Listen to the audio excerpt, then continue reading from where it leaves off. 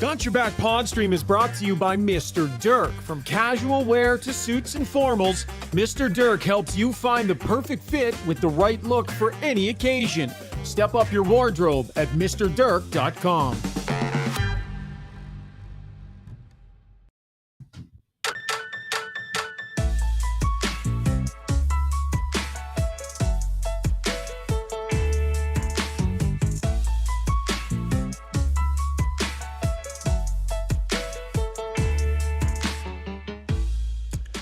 Well, welcome back, everybody. Hope you had a fantastic Christmas break.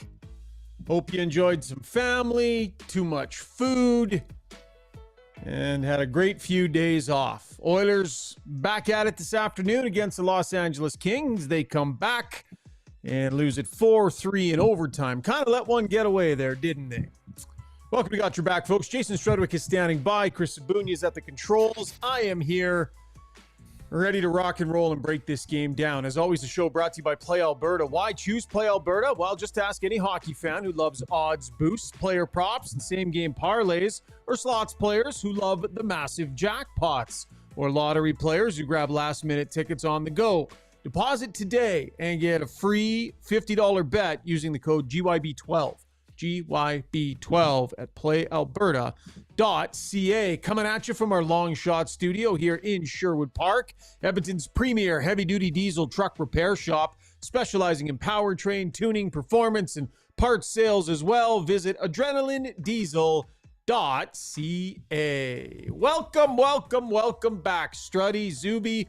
Hop on in here, buddy. Welcome back to you too. Struds, how was the break? That was great. You know what? It was weird not doing a podcast every other night, but it was good. I think everyone needed the break, including the Oilers. Is that for them 4 days off? When does that happen during the season? Yeah, that was something. Zuby, how much cranberry sauce? How many Christmas meals? How'd you make out, buddy? One big one at a kind of a family friend's house, and the cranberry sauce, as per you, it was on the table and I forgot about it. It revealed itself to me when I had like a couple of bites of turkey left. Someone like moved a bottle of wine out of the way and it was sitting behind it. I said, "Oh my goodness, I better at least get this on the llast few bites, or Shaugger will have a bird. He'll be furious if I didn't get into the cranberry sauce a little bit." So just almost missed it, but. Had the best cranberry sauce on our one of our turkey dinner Struds. It was so good. And you know where it goes the best? Just right next to the pierogies. So next to the turkey, in between the turkey and the pierogies, little sour cream cranberry sauce and pierogies. Oh, just so good, buds. Was all the cranberry sauce consumed, or was there much thrown out? Well, there was some thrown out. I'm guessing that there was no stuffing thrown out. There probably weren't any pierogies thrown out, but we know the cranberry sauce, she gone. No one cares. No one cares. It's antiquated. That's an antiquated way of thinking.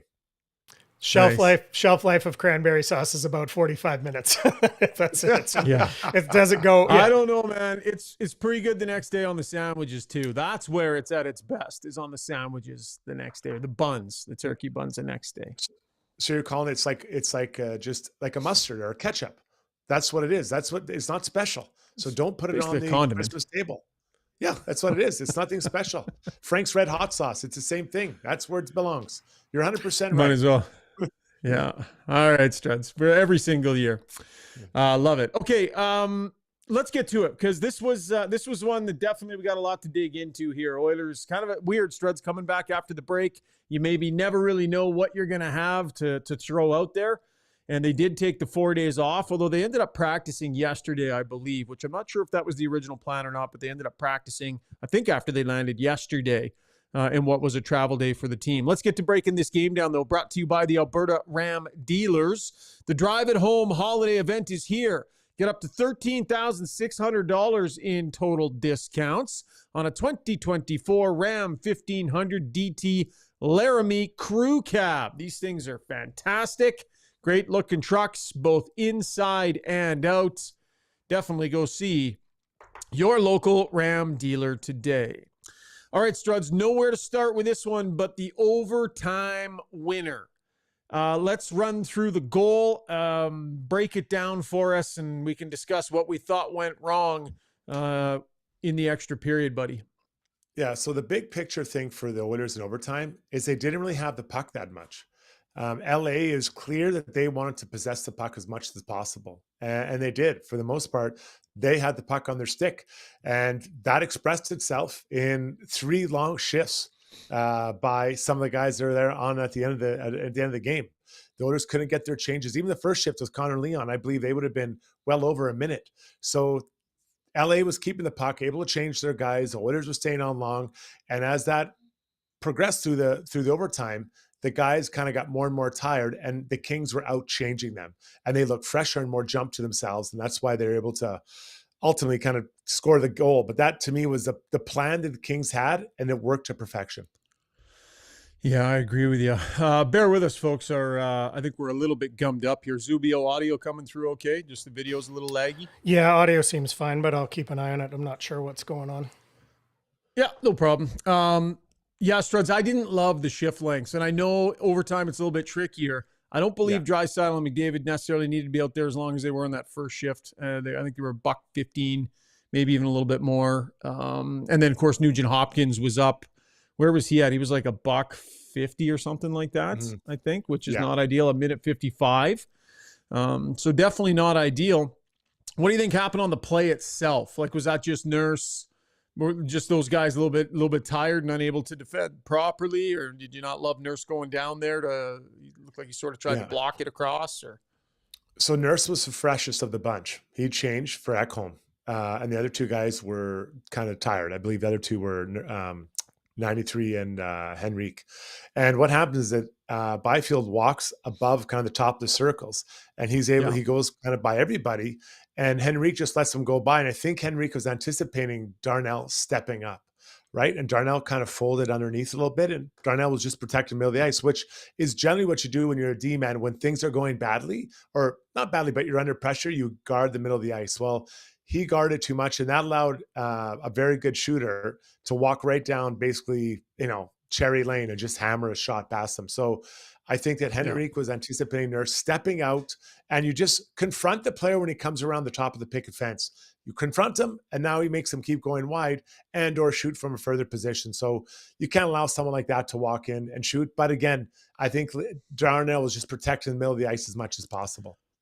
Some frustration from Stuart Skinner there in that I think his mask had come loose. One of the straps maybe came off. Yeah. Did a good job on the replay showing him actually looking to the side, talking to the official as LA regrouped back in their own, back out in the neutral zone. Ref doesn't whistle it down. They end up coming in. Look, I don't know if a strap being undone has much to do with a goal going in. Probably not. But definitely some frustration from Skinner there as he felt like they should have blown it down. Well, it's uncomfortable. At the very least, it's uncomfortable. And I think that, we see goalies throw their head around all the time to throw it off, right? And so I'm not sure why, if the ref did actually see it, why he wouldn't have blown it down. Because I believe that is a rule. When a strap is off, the goalie's not protected like he should be. So I think you should blow it down and whistle it down at that moment. Now, maybe he's waiting for the Oilers to get possession. I'm not sure what his response would have been to Stu, who went over to talk to them after the game. But it would have been the Oilers. It would have definitely done the Oilers a favor if they would have blown it down, because they were under a tremendous amount of pressure at that time, massive amounts of pressure. Yeah, Chris Knobloch talked about that post game as we get to the Weiss Johnson sound box. It's time for a new furnace, garage heater, or hot water tank. Weiss Johnson is here for all your home comfort needs, specializing in servicing your existing systems or installing new ones if you need them. Stay cozy this winter. Visit Weiss-Johnson.com today. Weiss Johnson, whoa. I believe this is Knobloch on Stu Skinner. Yeah, it's tough because it puts the goalie in a vulnerable position, and if he pulls it off, it's a minor penalty, and we didn't get the whistle, which we definitely could have used. All right, one more here from Knobloch. Let me see which one. Yeah, they had possession there for a while. Okay, so this is him talking about the long shifts in overtime and how that kind of hurt them. But it doesn't sound like Struds, he felt like his guys would have had a chance to change. Yeah, they had possession there for a while. Nuge obviously can't change recklessly. He's got to stay out there. we were able to get a lot of changes one at a time, and Henrique got off. And, so you can just see at the end there, we had tired guys out there, and when you're tired, it's difficult to defend. Yeah, not ideal. Not an ideal situation for them at all. Okay, Struds, let's back it up and go to the 3-3 goal, because the Oilers did work themselves out to a lead there after Arvidsson scored to make it 3-2. The Oilers carry the lead into the third period.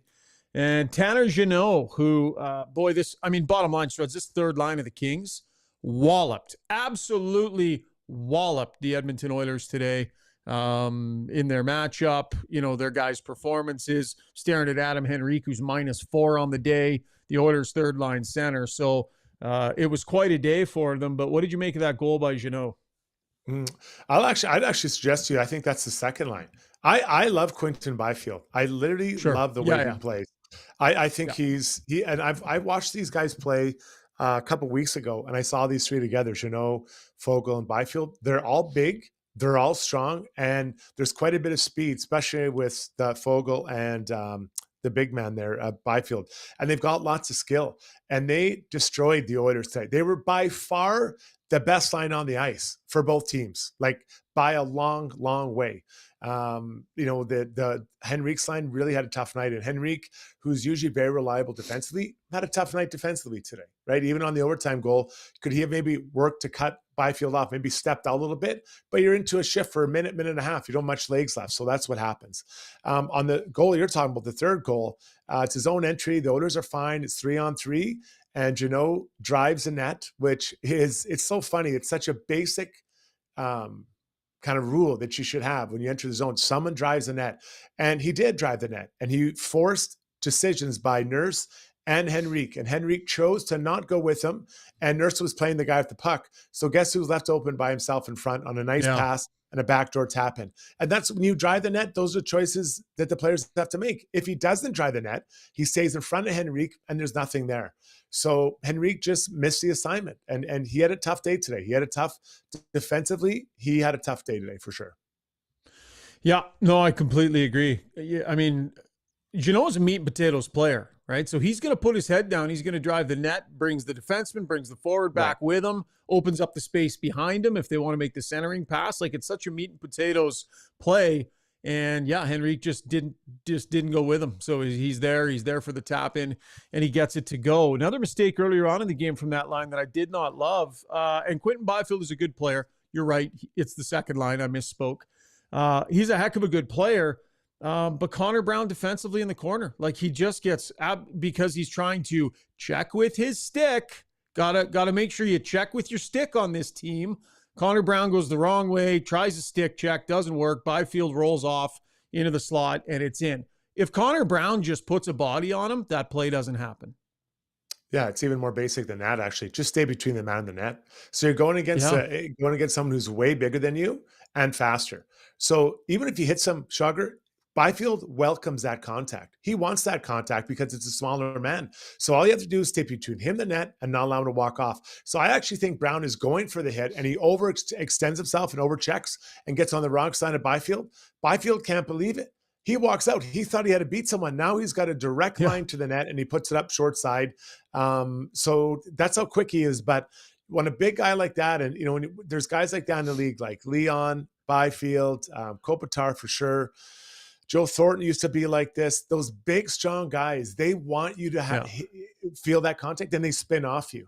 And Brown just completely missed it. And you cannot do that against a guy like him. You just get there, keep your position, and then hopefully your help comes and you can snuff him out that way. Back to the Weiss Johnson soundbox one more time. Big picture thought here from Chris Knobloch. Basically said, not enough guys played well.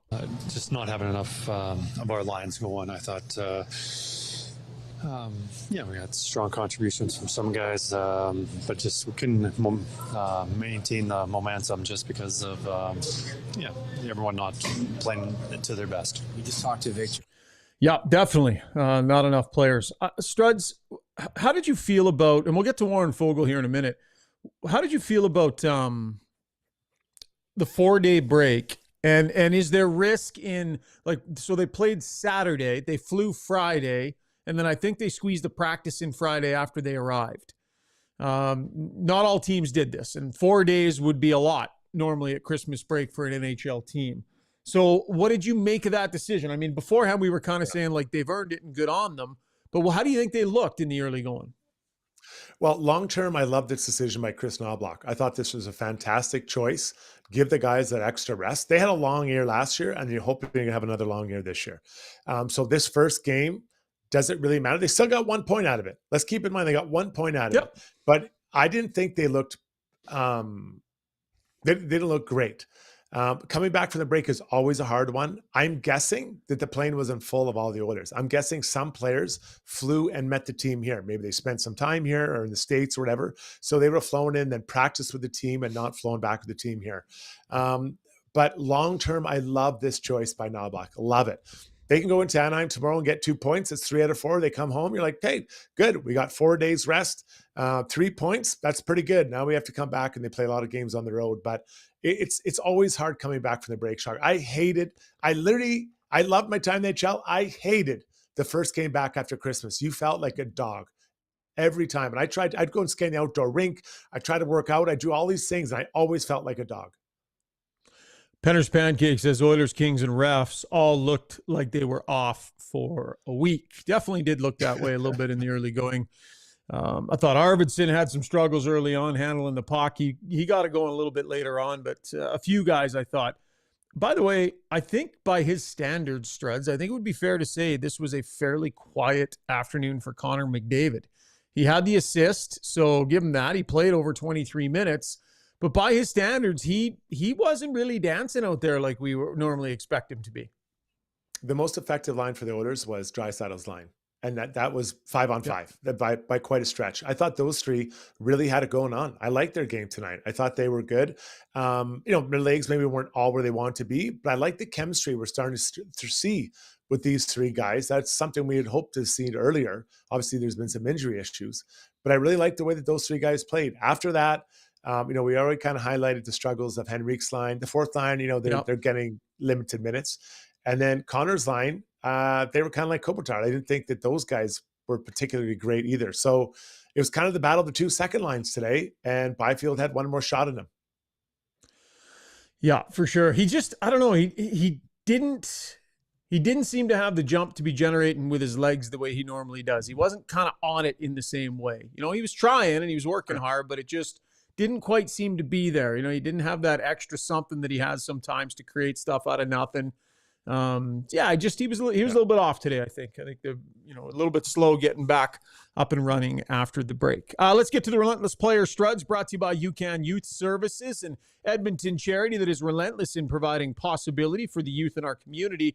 Mental health's the foundation for growth and success, not just surviving. With 2 in-house counselors providing free therapy sessions, their youth have support while they navigate their struggles and rediscover their strength. Visit ucan.ca to donate today. Got your back, a very proud monthly sponsor. Please do if you can as well. Struds, who are you giving the nod to today, pal? Yeah, pretty easy. I'm giving it to the whole Byfield line. Byfield, Foegele, and Jeannot. Those guys, I'm telling you, it looks like, Shaugger, we're going to see these guys play each other in the first round again, the Kings. And that is a line the Oilers have not had to deal with. Like Jeannot, God love him. He's not big like Byfield. He's not strong like Byfield or can skate like him. So the Oilers, I'm guessing we might see Draisaitl against Byfield. And I'm here for it. I want to see that. The problem is, Arvidsson's got a lot of heart. He's not quite as big as the other 5 men in that game. Paul Colton's fine. So I'd love to see a playoff matchup, Draisaitl versus Byfield. And this is now the second or third game I've watched them play in the last 3-4 weeks, that Jeannot line with Byfield. It is heavy, man. That is a heavy, hard line. And they were relentless today. They were by far the best line on the ice today. When Byfield opens it up, like to be that size and be able to move that fast, when he opens it up, Struds, that's unique. But he's so long. His arms are long. His stick is long. Like even the one we're criticizing Brown for, he kind of gets it and just feels that bump, and boom, he's out of that corner and he's out in front of the goal line before Skinner even knows what the hell's going on. Goes short shelf and scores. So I've always liked this guy, and I remember wondering what's he's going to be like a couple of years ago. Well, we're starting to see it, and they've got a monster there because now that pushes Jeannot down to your third spot. And Danault's very capable third-line center. Yeah. CK Pond says Oilers played a messy game defensively, just happy to get the point and win in Anaheim. CK Pond is already grabbing the 2 points against the Anaheim Ducks tomorrow. Nick Biskupek wondering, did post-holiday travel to LA affect performance? Very well could have. Lots of chatter going on the YouTube stream here about Warren Foegele. We're going to talk about him in our takeaway segment. We'll dive into that. We'll relitigate the decision by the Oilers to move on from him. Obviously, it was a real solid day for him. Played real well. So we'll dive into that coming up in takeaways. We will have Ask Us Anything as well. Zuby's going to grab all your comments, so make sure you fire them into us here on the stream. We appreciate you joining us. And we'll be right back with more here on Got Your Back, presented by Play Alberta. Specializing in heavy-duty commercial truck powertrain repair, performance, tuning, and part sales, Adrenaline Diesel's professional team is ready to assist you with all of your needs, from the simplest oil changes to engine conversions, overhauls, and engine modifications. Featuring an all-new online parts store and machine shop to manufacture, replicate, or repair parts, visit adrenalinediesel.ca.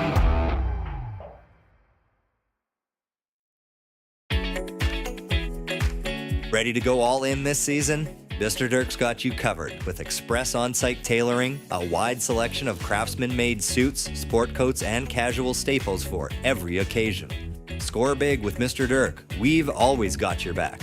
Visit us off White Ave, south of 102nd Street, or browse online at mrdirk.com.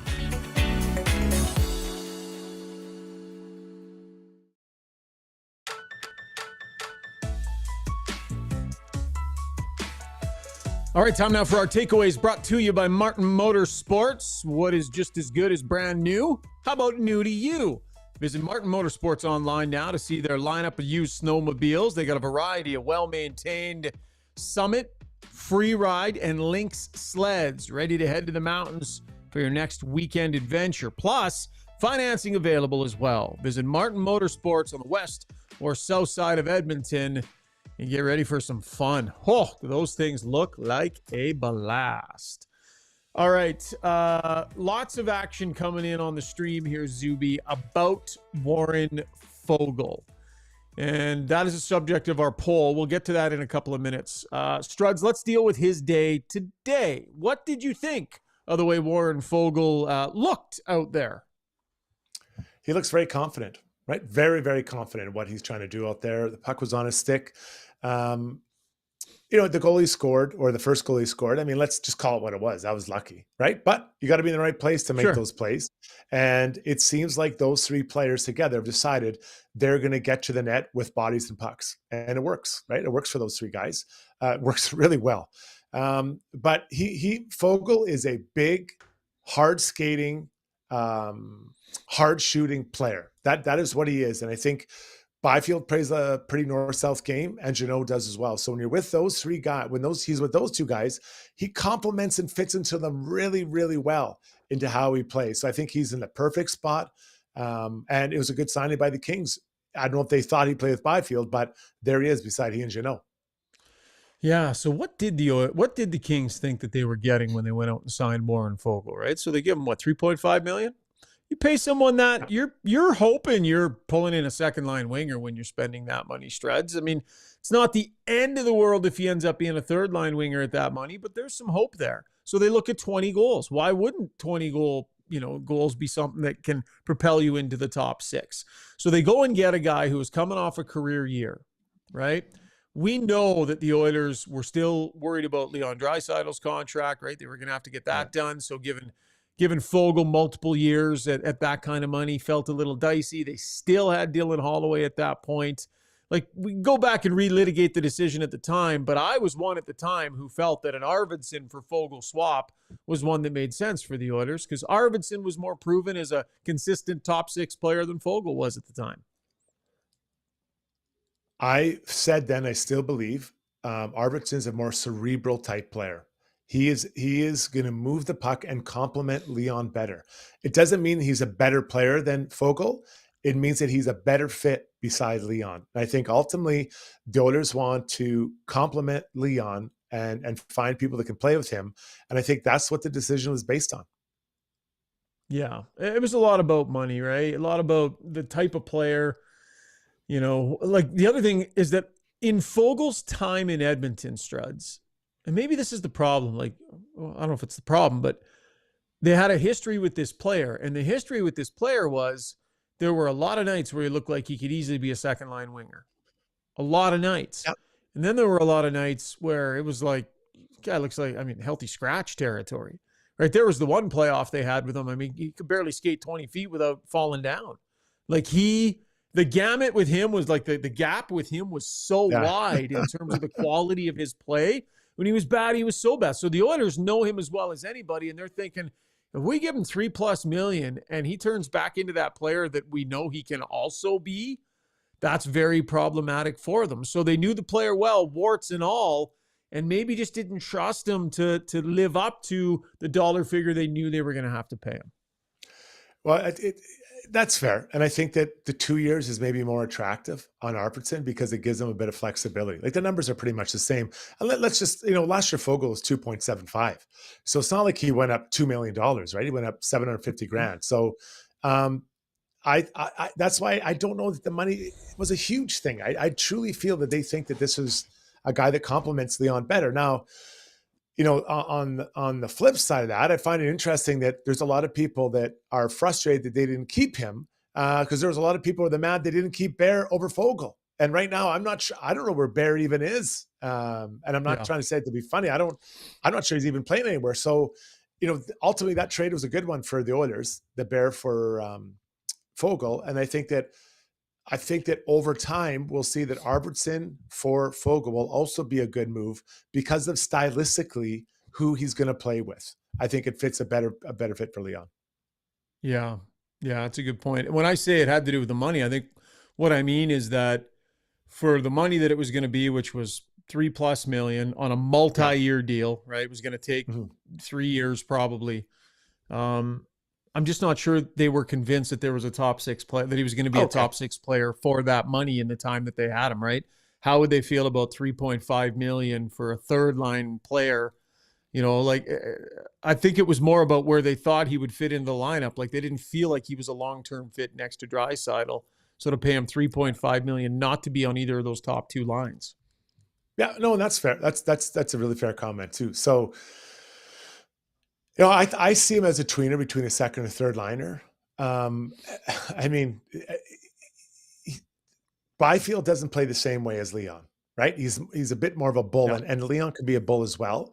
But Leon wants to make plays. He wants to constantly make plays, and that might come for Byfield, right? He's still very young, but right now he's a bull in a china shop, and I love the way Byfield plays, and he works well with those two other guys. Whereas Leon wants to continue to make plays.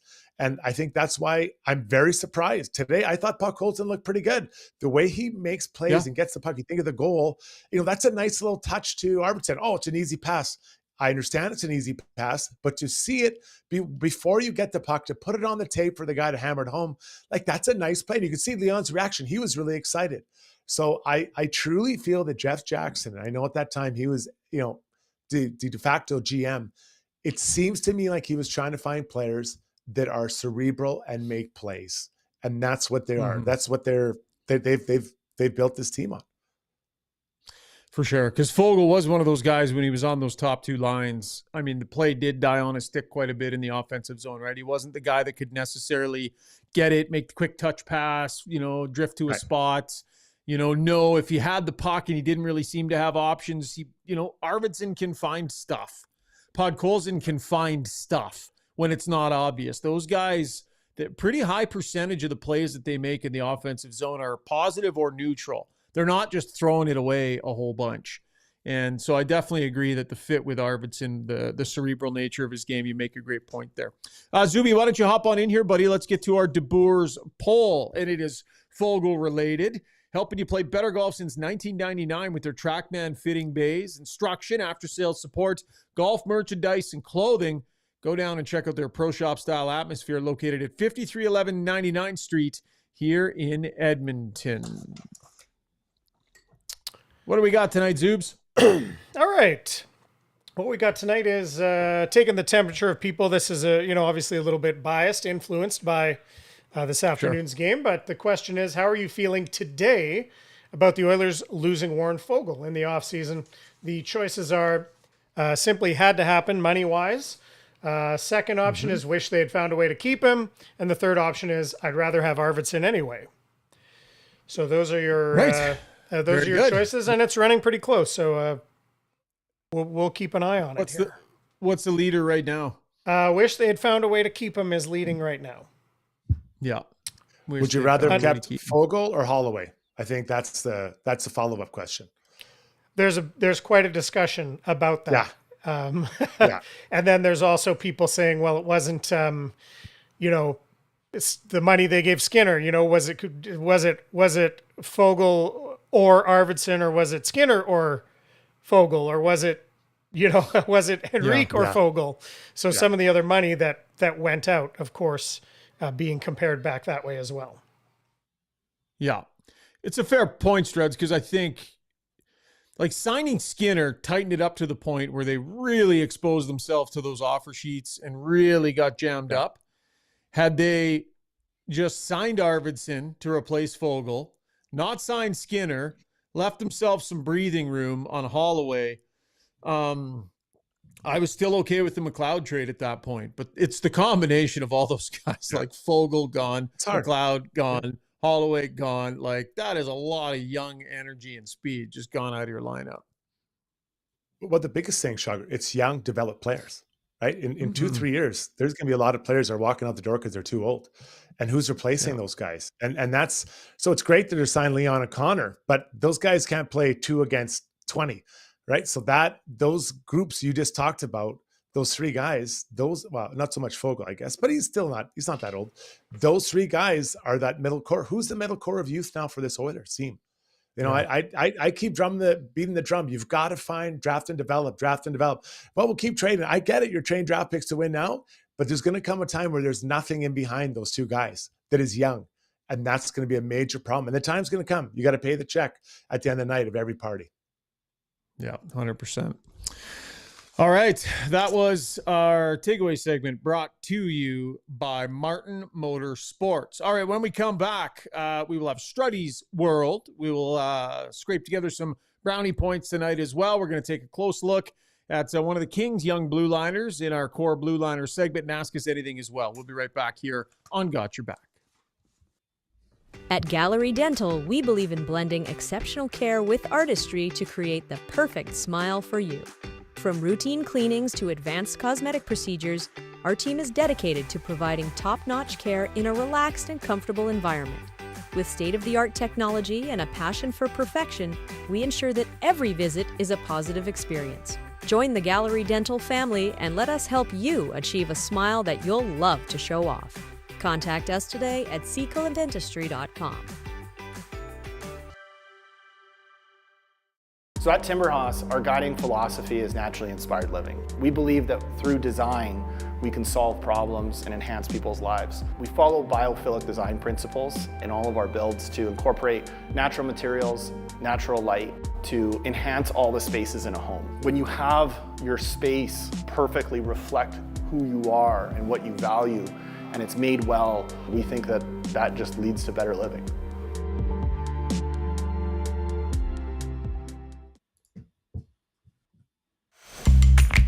When you make a mistake, heads should roll. It's not right. And I'm here. Someone has to put their foot down. Now that I say it out loud, it does sound a little crazy. Gotta look good.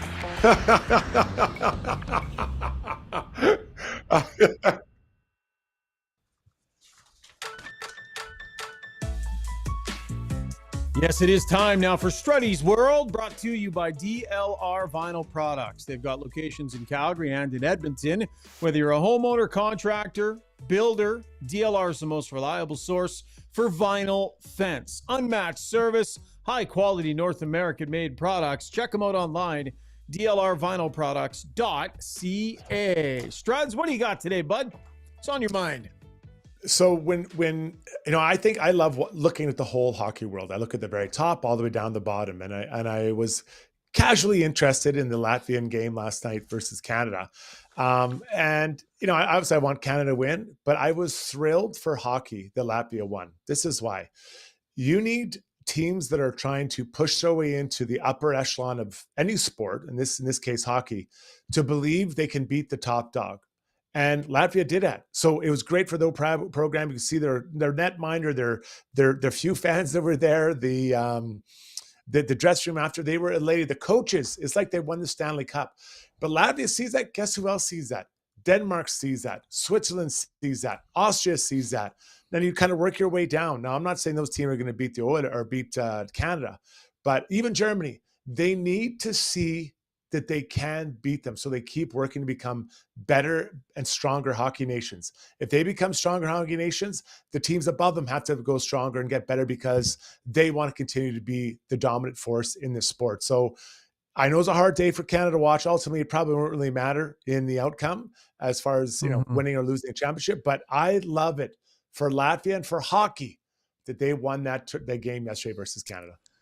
Yeah, that's the thing about that tournament, buddy. Like, these young guys are still young. They're still susceptible to pressure. They're still susceptible to nerves, Like, they've played in some big games in their careers, but this is a little bit different on home soil playing for Canada.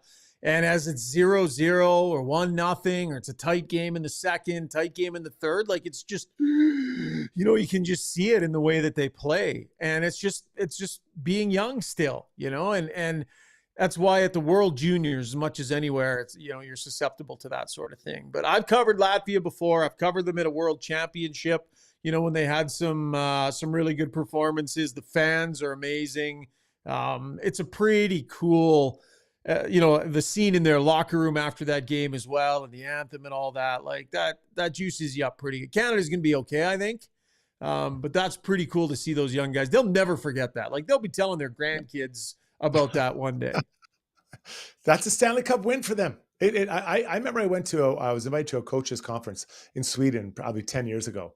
And I spoke to all these people from all these little countries, Italy, Denmark, even Turkey. And they talked about Canada being the gold standard. And they all shoot to try to beat them, right? That's everything they do. They try to think about. Now, for some of those countries, Turkey is never going to beat Canada. Like, we could live for another million years. It'll never happen. But it's important for them to strive to get better and to improve. And when they see that, it encourages all of them to keep chasing it down. So it's a great thing for hockey, a great thing for the game. Be interesting to see what they do through the rest of the tournament. And up next, Canada, of course, facing Germany. That game set to go tomorrow. That's Struddy's World, brought to you by DLR Vinyl Products. All right, Zuby, roll the happy music. And if you have any brownie points, send them in on the stream right now, because it is time for brownie points. And that is brought to you by Hamel's Premium Jerky. This Alberta-based family-owned business opened in 1962, and they've got a great December special going right now. 4 half-pound packs of jerky, $55. And as always, free shipping Alberta-wide. Hop onto their website, albertajerky.com, to order yours and enter the code GOTYOURBACK for an additional 10% off. Is that 55 or 58? It's either 55 or $58. Randine changed it on my script, and I can't tell you. But you know what? Either way, it's a hell of a deal. So sorry about that. I couldn't quite read that. Okay, Struds, you want to start with some brownie points? I got some to throw in here as well, and we'll see if we get any on the stream. Really disappointed. Minus 100 points for Matthew Schaefer, injuring himself, running into the net. He's a young defenseman. He is a stud. I've now seen him play 3 times, and every time I'm more impressed with him. Some team's going to get this guy, and they're going to get a stud. So I'm not disappointed for Canada, whatever. You figured out. I'm disappointed for him and the fans' ability to no longer be able to watch him in this tournament. All right, I like it. I am going to go with 7 brownie points for young Sammy Hellenius. 7 hits on the night. By the way, also went 5-1 in the face-off circle. 83% for the young feller with NHL roots. So 7 hits and 83% in this face-off circle. I guess I could add those two together and give him 90 brownie points. How's that? Nice. Zuby, you got anything? Yeah, I actually got some write-ins from Steve the Stats guy. He's got 1,033 brownie points for Sidney Crosby for getting his 1,033rd assist and tying or passing Mario Lemieux as the all-time assist leader, tying I like him. And then also Steve pointed out 10 brownie points each for 29 and 97 for each having 10-game point streaks going. Nice. Okay, very good. Struddy? Mine's also record related. I'm going minus 18 points for the NFL. Saquon Barkley has a chance to eclipse Eric Dickerson's single season rushing record if he continues to rush it. He just has to pick up his pace just a little bit. But Eric did it in less games than Saquon is going to have. So I don't like the fact that they're changing the number of games played. And they're not the only sport to do it. Baseball does it as well. It's not fair to Eric Dickerson. I'm going to go plus 34 brownie points. Is it Jacob Dobes? Was he the... Yeah. Is that how... So I'm probably mispronouncing his name, but the Montreal Canadiens young netminder steps in. Shutout in his first game. And by the way, shuts out the defending Stanley Cup champions with 34 saves. So pretty impressive performance. What do you say, Struds? Two yips and a woo? Two claps and a woo. Woo! Two claps and a woo. Yeah. For the young Habs netminder.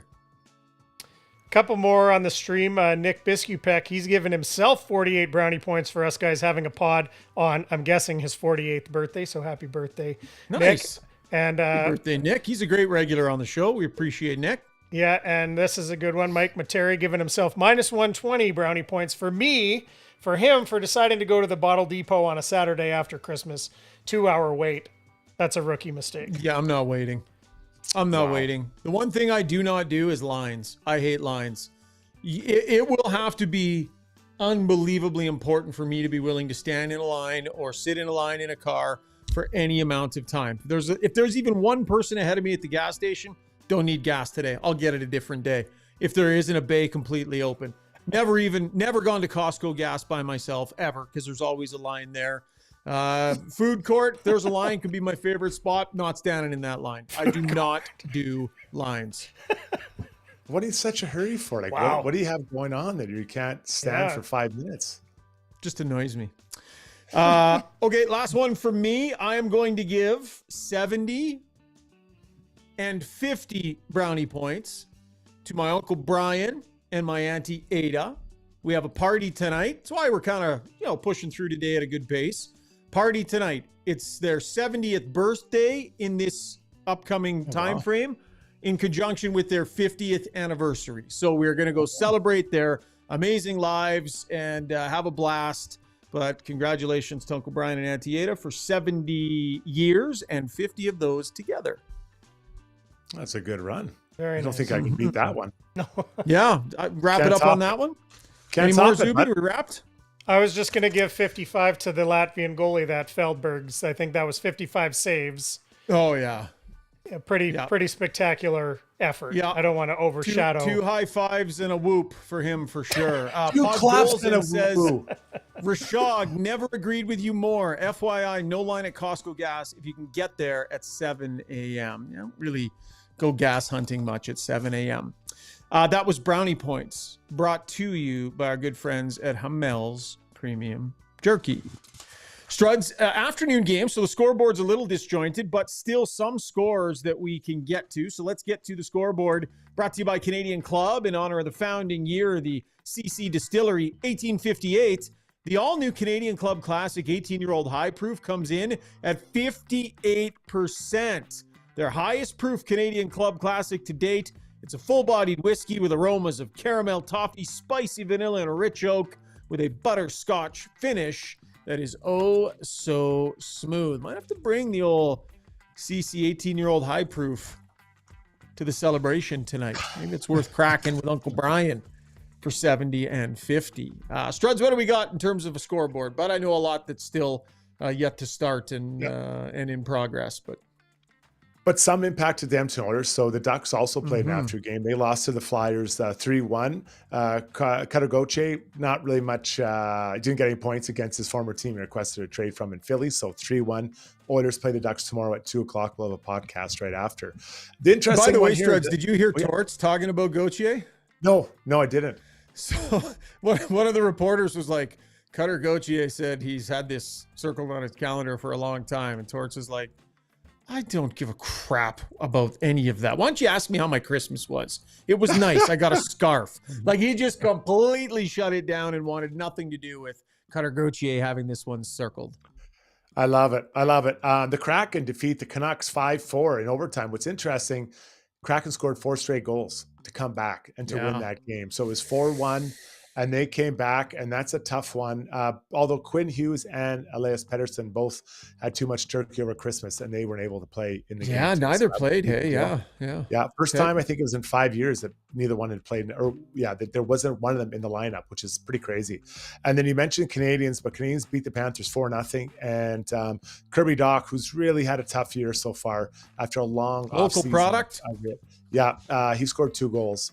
So there you go. And one final one, the Capitals are playing the Leafs tonight. Ovechkin back in the lineup after missing, I think it was 16 games or 17 games for the Caps. The chase resumes. Be interesting to see if he can pick up where he left off, because he was on some kind of torrid pace. Pretty surprising, I think, at the start of the year. Like, people did not think he was going to launch the way he did. And it was too bad when he got hurt, but we'll see what he can get done between now and the end of the year. That's our scoreboard, brought to you by Canadian Club. When we come back, our core Blue Liner segment, as well as Ask Us Anything. Keep your questions coming. Our play of the day as well. Still lots more to come here on Got Your Back, presented by Play Alberta. Very quick break. With over 18 years in the industry, Kelly Zaretsky and her team at Blue Summit Accounting deliver client-focused solutions and financial guidance for success in a simple and comfortable way. Whether it's for corporate or personal needs, Blue Summit Accounting can help with taxes, estate planning, financial services, bookkeeping, and more. Get in touch today. Email bluesummitacct@gmail.com or call 780-416-9662.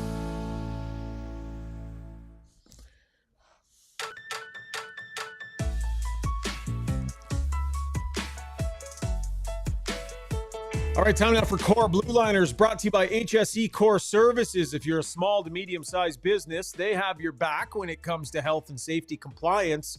From creating and managing a tailored health and safety program that meets all legislation and core requirements, HSE Core supports clients' operations every step of the way. Visit www.hsecor.com. hsecor.com for more information. Struds, taking a look at a young Kings blue liner today. Yeah, the guy who took Drew Doughty's spot, Brandt Clarke, a young guy, right shot defenseman, really good skater. And he's very noticeable because he's all over the ice, right? He jumps up in the play. He's following plays up. Very confident young man, very confident young player. Gets up in the ice, runs their power play. He does a lot of good things. But what I was surprised by when I watched him, and I've now, like I said, I've watched, I think, 3 Kings games in the last 2 weeks or so. What surprised me is he's pretty decent defending. He uses his skating pretty well. And there was one play today where the Oilers kind of regrouped and passed it to one of their forwards. And as a right defenseman, Clarke came all the way over. And they use it called surfed all the way over and kind of cut the player off at the blue line and forced them. I think he chipped it in or maybe passed it off, whatever. But like, that's a really confident play. That's right. When I say he's confident, it's not just with the puck, coming and like going across the whole ice to pinch off someone else and vacating your spot. That takes confidence, and you're not doing it if you're not feeling good about yourself. So, Drew Doughty comes back. Obviously, his role might be changed a bit, but they've got something, or looks like something in this young player that can, really get it done. And I think he was like 16, 17 minutes tonight. I wonder what it would be like to mentor under Drew Doughty. I wonder what that would be like for a young guy coming into the league. Like, with that guy, that experience, my sense on Doughty is he's I don't want to say grown up, because that's kind of insulting to him, but like, I feel like he's a lot more chill than he used to be. He sees things a little different than he used to. And I think maybe he would embrace that role quite a bit as a mentor on a team. What do you think? I don't think when Drew Doughty came in the league, he understood consequences. Like he just went and played. Good shift, bad shift. He just kept coming, and that is not it's not a shot at him. That is a compliment to him. I wish I would have had more of that. Yeah. Where he just comes out and plays. I'm just going to play. Oh, something went wrong. Well, you know what? I'll do something better the next shift. And that is what Drew has done really well his whole career, and especially when he was young. So I would guess that, there is some mentoring with him and Clarke. They talked about it in the media, but I think that he's being clear to him, say, hey man, if you make a mistake, get right back out there and keep doing it. Because eventually you won't make that mistake anymore. Just keep making plays, keep playing confident. And I don't think no one's, Drew Doughty saying you're gonna be like him is impossible. I think skill wise, he's there. I don't think he competes as hard as Doughty did at the same age, but again, we're talking about a 2-3 times Stanley Cup winner and a walk into the Hall of Fame the day he retired, even. Yeah, he's great. I'm interested to see Clarke get a good look at playoff time, like see how he does as everything picks up. He's going to have, he's earning himself opportunity, and that'll be interesting to see when it ratchets up. This Kings team, 3 years here, they've been thinking about how do you beat the Edmonton Oilers? How do you beat the Edmonton Oilers, right? It's been some internal development. I thought Gavrikov is actually, I thought he played reasonably well today, and at times has looked pretty good. They got Clarke coming. This Kings team, man, they're scrappy this year, and they're right up there. And do you think this has the potential to be the best version of the Kings that the Oilers have had to take on over the last 3 years where they've faced them? I was thinking about that the whole game. Of the 4 years, is this the hardest team? I love that second line. I think I've made that abundantly clear. Yeah. I don't know if Kemper's is he the guy? Is he the guy? Is he the best goalie they've had in there? And who is the best goalie they've had in there when the last 4 years? So I think you look at that first goal, that's a tough one. Nugent's goal is pretty good. He's shooting through a screen. So I don't know. I think that they're trying. Kemper's kind of done it. He's kind of done it. Well, he wasn't exactly the strength of their team, but he did it. Yeah. No disrespect intended, but they could have laid his pads in the crease and probably had a similar outcome that year. Like I think that's one of the best Stanley Cup winning teams we've seen in 10 years. Like I thought that team was a monster. So, man, I feel like with Byfield coming, having him as your second line center, and if he plays like that the whole year and it can continue in the playoffs, it's going to be tough because that's a challenge for Leon. Not that Leon can't handle it, but I don't know. Danault was good, but he didn't bring the offense that Byfield potentially could. Yeah, good point by you. All right, we got off track, but that was HSE Core Blue Liners, brought to you by our friends at HSE Core Services. Zuby, did I see the birthday boy making a special request there? Did Nick Biskupek miss the Weiss Johnson jingle? He did. Did I hear him talking about that in the stream? You know what, bud? I think because it's his birthday, right? That's what I understand. So if it's his birthday and he missed the jingle, let's go one more time back to the Weiss Johnson soundbox, as we're going to hear real quick here from Jason Strudwick. So brought to you by our good friends over at Weiss Johnson. Jingle. Weiss Johnson, whoa. All right, Jason Strudwick in one of his finer moments on the pod. Yeah, get no respect. All right, that Rodney Dangerfield brought to you by Weiss Johnson in the Weiss Johnson soundbox. There you go. Happy birthday. We'll even, extend it. Let her roll a little bit. So we'll have to have Dennis on to talk about who wrote this and where it came from. Yeah, we need to have a whole segment on that for sure. Listen to that ending. Yeah, for sure. We'll get Dennis in. It's a great ending too. Is it Dennis singing? Rumor has it might be Dennis singing that thing. Okay, time now to take a lap, brought to you by Aecon. With over 150 years in the construction industry, Aecon has spearheaded some of the most notable projects across Canada. They're one of the original leaders in heavy industrial contracting, and they are hiring. If you need work, if someone you know needs work, check out their website, aecon.com, and click Join Our Team, and you'll see a long list of jobs that they have available in this area, in the city, the province, and across the country. So if you or anyone you know is looking for work, aecon.com and click Join Our Team. Struds, where are we going to focus today, bud? Dallas Stars. It's very clear that teams aren't able to practice during the holiday break. This for 3 days. What is it? Christmas Eve, Christmas Day, and Boxing Day. Well, the Dallas Stars get back, and Pete DeBoer said, everything's, how was your time off? Oh, it was good. The young guys got back at it, or we had a optional practice yesterday. And I guess it's not optional for young players because all of our young players are there. And right away, the league is like, okay, you can't do that, right? You can't even have an optional like that, because that's a team organized event. So Pete DeBoer, I believe in the Stars are good. They're going to get pinched. There's going to be a fine here for sure, because you can't even have it look like you did. If the guys want to do that at Terwilliger Rec Center, like somewhere away from the team so they can't even see it. I understand it, and I would have probably done it the same thing. You can't do it at your practice facility. I think that they'll get pinched for sure, buddy. So here's how he buried himself, and here's how. And by the way, love Pete. Like, Pete is so good with the media. Yeah, so for sure. He said, I was at the rink yesterday. We had an optional. And of course, the young guys all show up for the optionals, which they're supposed to do. Well, you just buried yourself right there. You just said you were there. You said it was a team optional and that the young guys were all there because they're supposed to be. So if the standard on your team is that the young guys are supposed to be at these optional skates, and you're praising them for being there and saying that they're supposed to be there, have the optional, just don't talk about it, and don't care if guys don't show up or not. Like, just, hey, it's like if the Oilers wanted to organize a skate over on the community rink or something like that, just nobody talk about it. If anyone's in town, there's ice. There's going to be no coaches out there. There's going to be no skills coaches out there. There's ice. It's available. Your gear will be there. Do your thing. Like, there's ways to go about this, Struds, without putting pressure on the players and without getting fined.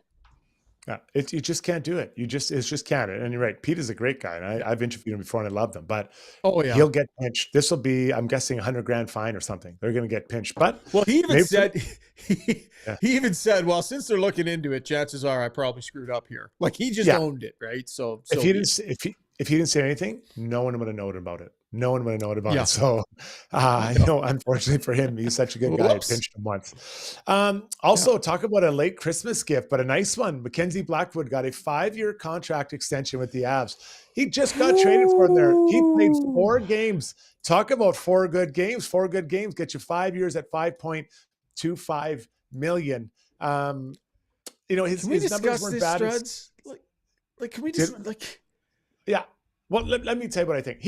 His numbers weren't bad of San Jose. He came and he's had a good start with the Avs, but I don't see any reason why they had to get this done right away. Yeah.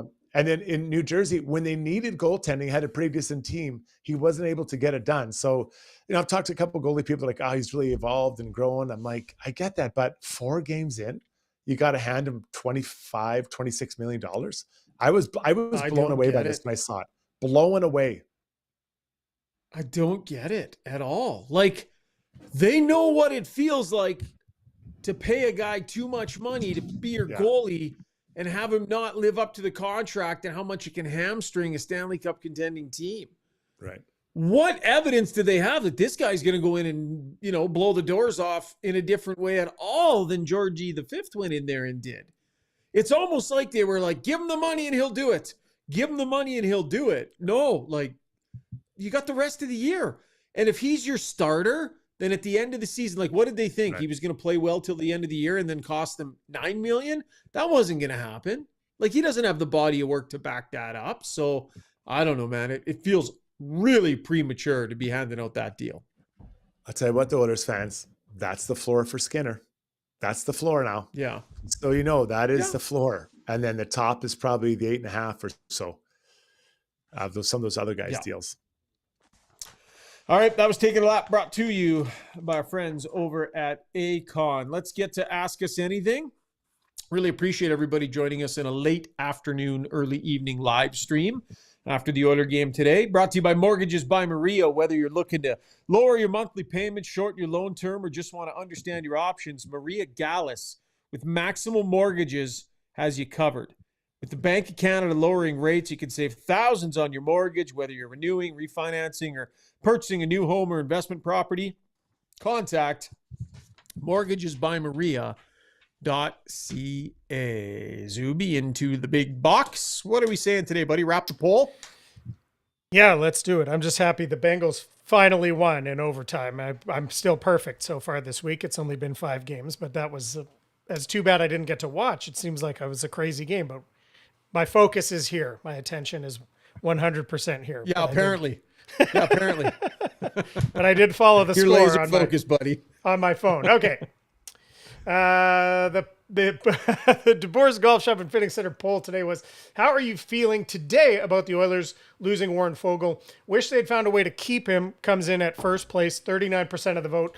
Had to happen money-wise, second with 33%. I'd rather have Arvidsson anyway, 27%. So that's all pretty close. But also, if you think about it in this way, those bottom two are people who are, recognize or understand that it had to happen or are happy with the result. So really, most people seem okay with the move, 39% wishing that Foegele was still around, his speed and newfound goal-scoring ability.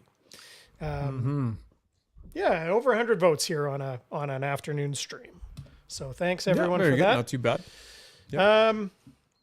Let's get into this. We have lots of good questions on Ask Us today. I know we went here a little bit. This came in really early on the stream from Josh over on X. And he says, I need an apology from Struds on his love child, Adam Henrique's performance tonight. Almost impressively bad. We talked about him a little bit. What did you see from him tonight, or what are you seeing from him lately? What's missing from his game? Coming in hot. Yeah, coming in aggressive. Love that was very early. I'm not sure. Love child seems a little bit over the top, but no, I'm a huge fan of his. But he had a tough night tonight, right? Like, let's just call it as it was. He had a tough night. He was involved in the last two goals in a negative way. He could have probably played them both differently. You'd like to have him back, but he's very self-aware. And the thing is, those nights for him are few and far between. So, I'll wear it. Like, it was a tough night for him for sure. Dash 4 in 13 minutes. That's a tough night. No question. You can say that again. Yeah. This is a really interesting point from CK Pond. I was noticing something similar the other day too. He says, is anyone concerned that the Oilers have only 14 regulation wins and 7 OT wins? It isn't 3-on-3 OT, and the playoffs are a different beast. Is that concerning to you, Shaugger? I wouldn't say it's concerning. I mean, I think you definitely want to learn to, have some killer instinct and get it done. I still think they're not a team that comes out and throws their best game down in the first period very often. I think they back their way into games a little bit more than I would like. So I wouldn't say concerning. They're finding ways to win. But I would be more concerned with just making sure you're a team, Struds, that can come and, get to your game faster rather than seeing how hard a night's it's gonna be, right? How hard are those other guys gonna work? I think the Oilers are managing their game and their energy. It's a long year, and I think it's hard getting up early in the year for some of these games. And fans might not want to hear it, but you just went to Game 7 of the playoffs, and now you're at finals, and now you're trying to get up for Game 5, 20, 25, or whatever. Like, so I think that they're managing right now and understand what it looks like and feels like, or they should look and feel like when they get to Game 83. Okay. ADN with this one. He asked Shaugger, what's it like interviewing Torts? Do you have any stories about that? And who are or were your favorite Oilers players, coaches to interview? Yeah. What's it like interviewing Torts? Honestly, I don't love interviewing Torts. I think he's rude to people sometimes. I think he does it unnecessarily, and I don't love it. There's all these stories behind the scenes. Like, I think he does a lot for different charities, and he's got a pretty big heart. So this isn't an indictment on the man in general. The way he chooses to handle the media, I don't really respect it. I don't like it. I think he's a bit of a bully up there sometimes, and it's unnecessary. So don't love interviewing him because he wants to try and keep everybody on edge all the time. And it's unnecessary to me. So don't love that. As for favorite Oiler players and such, I mean, Sam Gagner was always a fantastic interview, and a really good guy to talk to. And in terms of the coaches, like, they've had some pretty good talkers over the years. I really liked interviewing Mac T, even though he and I got into it a bunch. I like Mac because he just gave you really honest answers, Struds. Yeah, those are good ones. I think Ralph Kruger. I wasn't in media at that point. Well, I guess I was. I liked Ralph because he gave some thoughtful insight into the game of hockey that I really appreciated. And as for Torts, and I won't speak to Torts. I'll speak to players that I played with that were difficult with the media. I think the harder you make it for them, the harder they make it for you. Just answer the questions, be honest, be, upfront, be prepared, and then they'll do their job, you do yours, and you all move on. I didn't like when they were confrontational.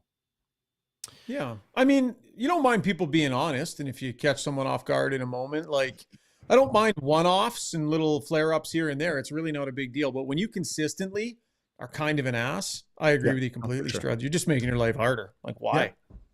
Just do it. Just do it. That's the job for both sides. You took that on when you became an NHL player. Yeah. Good little segue here mentioning Sam Gagner. Mike Corky says, with Sam Gagner at the Spengler Cup, wondering if Struds ever played in it, Shaugger ever covered it. I've heard it's great. I've heard great things, and it's definitely on my bucket list. I did play, and it's probably one of my favorite hockey memories of all time, of everything I ever did. And I'm not ashamed to say I single-handedly carried our team to a silver medal. Pat Quinn was our coach. It was a lot of fun. But what happens there is that, and it's funny, everyone told me, like, your team's going to get sick. And sure enough, after going to the final, I think we had like 4 or 5 guys that were puking and crapping themselves, and important players. And we just ran out of steam. But it was so much fun. If you ever get a chance to go to that tournament on any level, please go. It's just so much fun. Yeah, our TSN crew does it. And it's kind of one of those sneaky plum assignments. Oh. Like Dustin Nielsen has gone and called it a few times. And he does a great job over there when he goes and calls play-by-play. Blake Price, I think, is over there right now doing it. It's one of those sneaky good gigs that apparently is just an absolute blast to go cover. Colin Williams, it's time for a daily dose of Jeff Skinner talk. Do you guys want to talk about Jeff Skinner? He says, maybe I missed it, but I'd love to hear more talk about Jeff Skinner. Didn't play in the last 23 minutes. Come on, something's got to give. Coach or management killing the players' confidence. Is this thing coming to a head, or do you think it's still just going to stay the course for now, Struds? I've been clear and consistent. I think there's going to come to a point where both groups are going to talk about it and they're going to figure out a solution, because he's not being played. And he needs to be played further up the line for him to show his best. Yeah, it's how do you trade him without retaining any money, though? Like, that's going to be the problem. Is how do you not have it cost you money or assets to try and move him out, Struds? Like, you think anyone's taking him just straight across without having to attach some picks and stuff to him that you don't want to give away? Well, the upside on him is massive. You're eating through his contract now. You don't think it is? You think he's a 6 goal scorer? You don't think he's still a 25? No, I don't think he's a 6 goal scorer, but I mean, is he? I mean, I guess at $3 million, if someone can get, 12 or 13 out of him for the rest of the year, yeah, maybe that's good for another team. I think there's good value. Yeah, it's just not working here. Yeah. But I think what it is, I think that someone who needs a goal scorer comes in and says, we'll give you a 7th round pick, and that's it. And it's just, that's ultimately, I think, how it gets done. I really feel that's how it'll go. And who's the team? And remember, who's the team, Struds? A playoff team?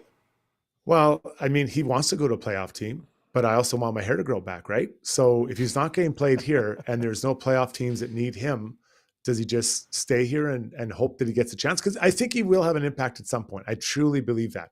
A guy with this much skill doesn't get held off the score sheet the whole year. So if the Oilers hold on to him and then he finds some of those games to make a difference. But, it has to be a playoff team that has a specific injury that has the space to take him on. Mm-hmm. And remember, he's got the no trade too, so he can call his own shots. Right. Couple more, Zuby. We'll wrap it up. Okay, Sheppy said, he said, I found it odd that McDavid wasn't on the ice for the last shift of regulation. The lines, if I recall, kind of got a little garbled there right at the end. Did you guys notice that also, or do you think it was strategery to have him fresh for OT, or is this bad information? No, they'd always be fresh for OT. They get a 2-minute break, so that's not an issue in any way, shape, or form. I'm looking for the shift chart here just to see. On. But I think it's different. See here, 97. Connor McDavid. He played. What did he play here in the third period? He was on the ice for 1:52 and came off at 19:03. So he had just been on the ice. 2 minutes. Or no, sorry. No, 50. He had a 55-second shift that ended at the 57 seconds left. So he had just been on the ice for a full minute. So he obviously didn't want to extend a shift out there too long. I don't know if there was a whistle and they changed without him though. And it's different 5-on-5. Yeah, it's different 5-on-5 than protecting the league or going after it, right? Like, so I think we got to be it's a little bit different strategy. Okay. Strategy. Oh, strategery. Strategery is the word you're looking for. Yeah. Okay, couple quick fun ones here to wrap it up. ADN, Ryan, you went on your rant about lines. ADN wants to know how you feel about conga lines. Yeah, the bad back doesn't really do much for me. I got to be the guy holding the pole. But even then, if you have someone that's really good, you got to bend way over holding the pole. So I would say it's probably not going to be a thing for me either way. That's a limbo you're thinking of. Oh. I think we just leave. I think we'll just move on. I don't know why you were holding the pole in a conga line, but we'll leave that that's another discussion. Well played, sir. Well played. Okay. Penner's Pancake says, I have a last minute question. Did Struddy watch Love Actually before Christmas? I'm sorry, I didn't. Honestly, we ran out of time and we stayed at my parents and we didn't get a chance to watch it. So a lot of hot talk, PP, and I didn't get it done. So I hope many others watched it. I did. Well, do you know what, Struddy? My wife and I watched it last night. We watched it. And I'll say this, better than the first time I watched it. It's not going to make it into my... It's not a good movie. Oh boy. It's just, what was that whole storyline with the girl and like taking pictures and the old guy and the girl, like what, that whole story. I didn't get all of it. What? Wasn't it good? Yeah. Wow. I don't know about the old guy taking pictures. Yeah. I hate the story about the guy who's in love with his friend's wife. I think that's super like contrived and goofy. And I know it's like happens. I know, but he admits that he never even talked to. He's never even talked to her. He's just in love with the idea of her, not actually her. They've never even had a conversation. Are you familiar with the song Jesse's Girl? That's another opportunity where someone was in love with someone else's girlfriend. He couldn't tell him. Like, I get it, man. I get that. No, I get the idea. Maybe I watched the wrong movie. A few of them, it sounds like you did. No, I know. I don't even know what you're talking about. I just basically I skimmed right over your comment. I'm like, I don't know what the hell this guy's talking about. But I'll just pretend I didn't hear it. The old guy taking pictures. I'm like, what? What is he talking about? I might have watched the wrong movie. The one I watched, we would never sit here and talk about it being a good movie. I would have never. Yeah. We would never. Oh, boy. All right. That was Ask Us Anything, brought to you by Mortgages by Maria. And let's wrap the show up with our play of the day. And you know who brings that to you? Gallery Dental. Air polisher cleanings, they do it. Advanced treatments, they got it. They offer a full range of services designed to keep your smile healthy. Their experienced team provides personalized care with the latest technology to make sure you get the best treatment possible. Contact Gallery Dental, YEG.com.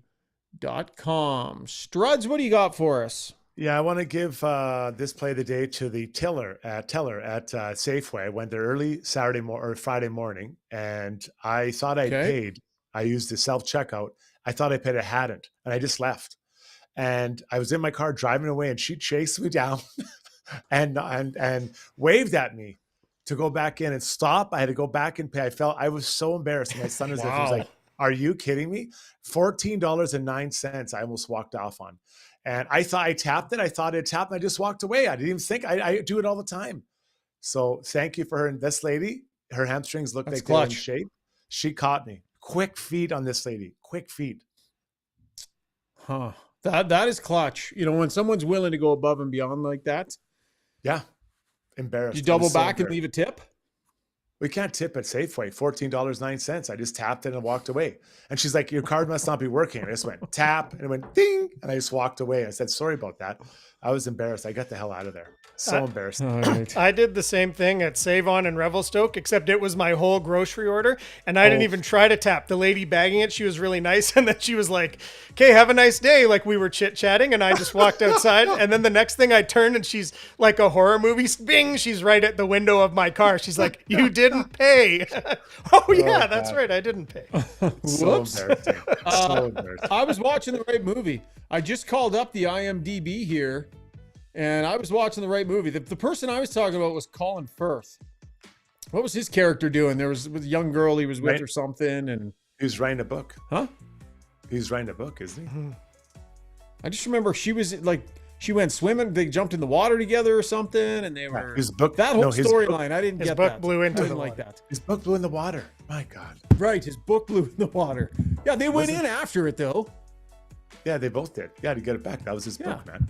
I'll tell But he fell in love, like, my favorite part of the whole thing is Alan Rickman being in it too. I didn't remember him being in it. So there's the tie-in, the 6 degrees of Christmas movie separation. Alan Rickman being the main bad guy in Die Hard and having a small role in Love Actually. you guys aren't romantics. That's your problem. You're not romantic guys, and that's fine. Your wife has to deal with it, guys. Mine doesn't. She's a romantic husband. Hugh Jackman was great. Hugh Jackman About a Boy, I think, is a superior. It's got a little Christmassy to it. Pretty good. I think that's a good Christmas movie. Elf's better than either of these that you guys are mentioning. Like Elf comes in ahead of both of those. Yeah, and sorry, Zuby, you mean Hugh Grant, not Hugh Jackman. Not to. Yes, not to sorry, forgive me. Yes. I love Hugh Grant. Yeah, I was thinking, maybe I didn't watch the right movie. I didn't see Hugh Jackman. My bad. I know. Thank you guys are on fire. Anyway, wrap it up. Wrap it up. Wrap it up. Let's get out of here. We're into the break. This is going to be the fastest wrap up in podcast history. Thanks for watching, everybody. We'll see you tomorrow. Bye. Good boys.